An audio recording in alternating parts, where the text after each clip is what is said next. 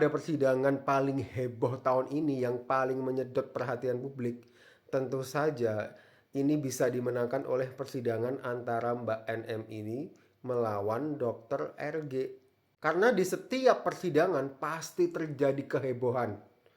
Masyarakat itu kadang nggak fokus dengan kasusnya yang ditangani, tapi fokus dengan drama-drama yang terjadi setelah persidangan, di dalam persidangan, itu pasti ada keributan. Pengadilan yang harusnya tuh dijaga marwahnya, dijaga kehormatannya, malah menjadi ajang saling ribut antara para pendukung masing-masing gitu loh. Kayak dari para pendukungnya yang kadang bikin ribut, ada yang live jualan, ada yang apa namanya teriak-teriak, terus antara terdakwa dengan JPU, antara JPU dengan terdakwa. Beberapa tindakan JPU ini juga memancing komentar negatif di antara warga TikTok ya.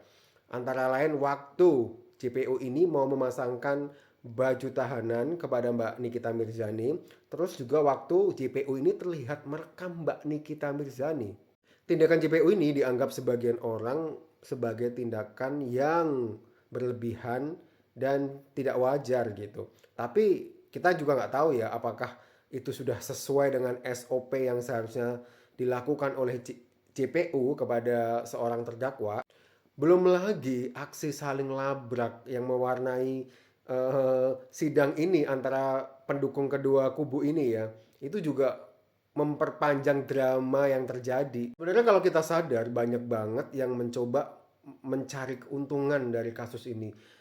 Aku nggak bilang semua orang yang mendukung di pengadilan itu pansos atau memanfaatkan keadaan ya, tapi pada kenyataannya ada yang jualan, ada pula yang apa namanya teriak-teriak, ada pula yang sebenarnya tidak ada hubungannya dengan kasus ini, tapi datang ke pengadilan, heboh, emosi, teriak-teriak, terus juga apa namanya bikin konten. Aku secara pribadi ya malah kasihan gitu sama Mbak NM-nya gitu. Malah seolah-olah kasus ini tuh dieksploitasi oleh sebagian pihak untuk mendapatkan keuntungan pribadi buat medsos mereka gitu.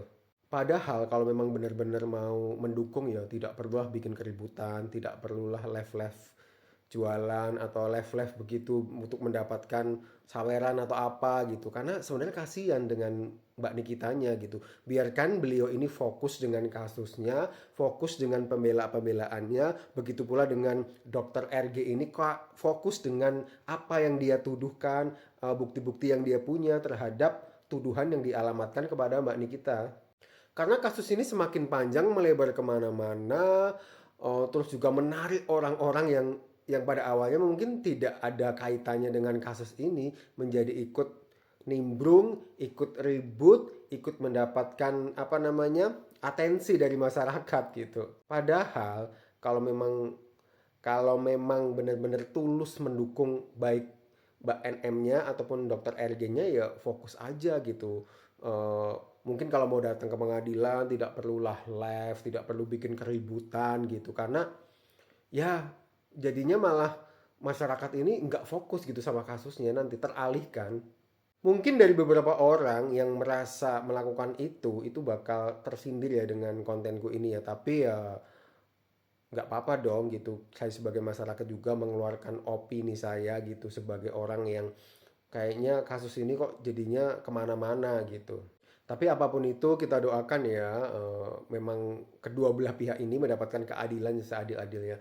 Kalau memang Mbak Nikita ini memang tidak terbukti bersalah ya, semoga bebas gitu.